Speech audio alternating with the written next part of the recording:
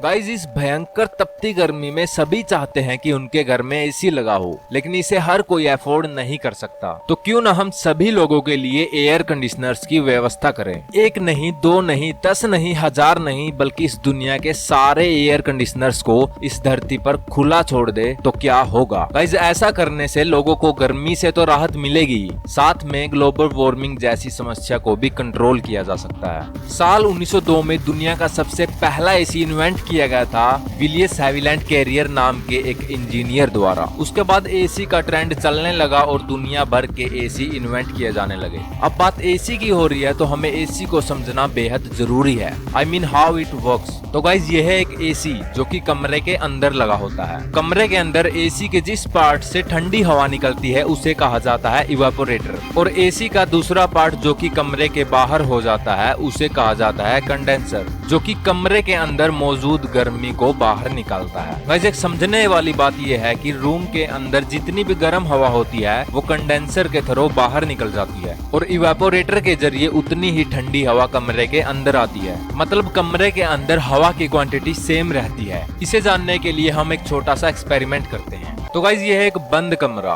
पूरी तरह से बंद, और इसके अंदर हमने रख दिया है एक एयर कंडीशनर। एयर कंडीशनर को ऑन कर दिया है। अब कमरे के अंदर जो गर्मी है वो कंडेंसर के थ्रू बाहर निकल रही है। अगर रियली में देखे तो वो बाहर नहीं है बल्कि कमरे के अंदर ही है, और उतनी ही हवा कूलिंग बन के इवेपोरेटर के थ्रू अंदर आ रही है। अब कमरे में उतनी ही हीटिंग है और उतनी ही कूलिंग। तो गाइस, ऐसे में आपको क्या लगता है कि उस कमरे में कूलिंग होगी या फिर कुछ और होगा? आपने शायद इस बात की उम्मीद नहीं की होगी, लेकिन उस कमरे का टेम्परेचर लो होने की बजाय और भी बढ़ जाएगा। अब आप सोचोगे कि ये कैसे होगा? Guys, law of conservation of energy के अकॉर्डिंग किसी भी एनर्जी को एक फॉर्म से दूसरी फॉर्म में कन्वर्ट किया जा सकता है। जो इलेक्ट्रिक सप्लाई इस एसी को चलाने के लिए यूज हो रही है वो एनर्जी की फॉर्म में कंडेंसर के थ्रू बाहर निकल रही है। मतलब इवेपोरेटर से आने वाली ठंडी हवा के कंपेयर में कंडेंसर से निकलने वाली गर्म हवा ज्यादा होगी। अगर आसान शब्दों में समझाऊं तो कमरे के अंदर जितनी भी हवा मौजूद है उतनी ही हवा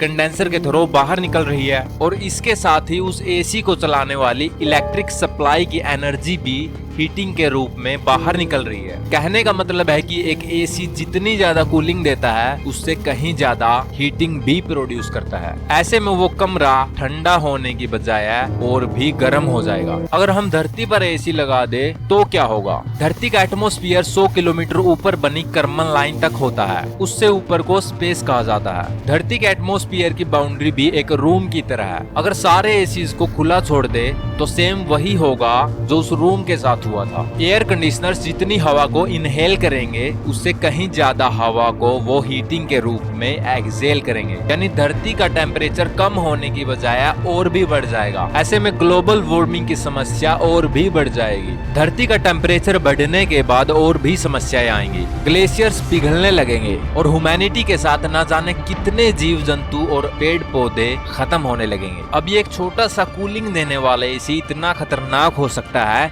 शायद आपने पहले कभी सोचा नहीं होगा। अब ऐसे में हम इंसानों को इन एसी का इस्तेमाल करना चाहिए या नहीं? आपको क्या लगता है नीचे कमेंट करके जरूर बताएं। वीडियो को लाइक और शेयर करो, और अगर इसी तरह के अमेजिंग वीडियोस देखना पसंद है तो इस चैनल को सब्सक्राइब कर लो और साथ में बेल नोटिफिकेशन आइकन को भी ऑन कर लो। So see you in next video. Bye.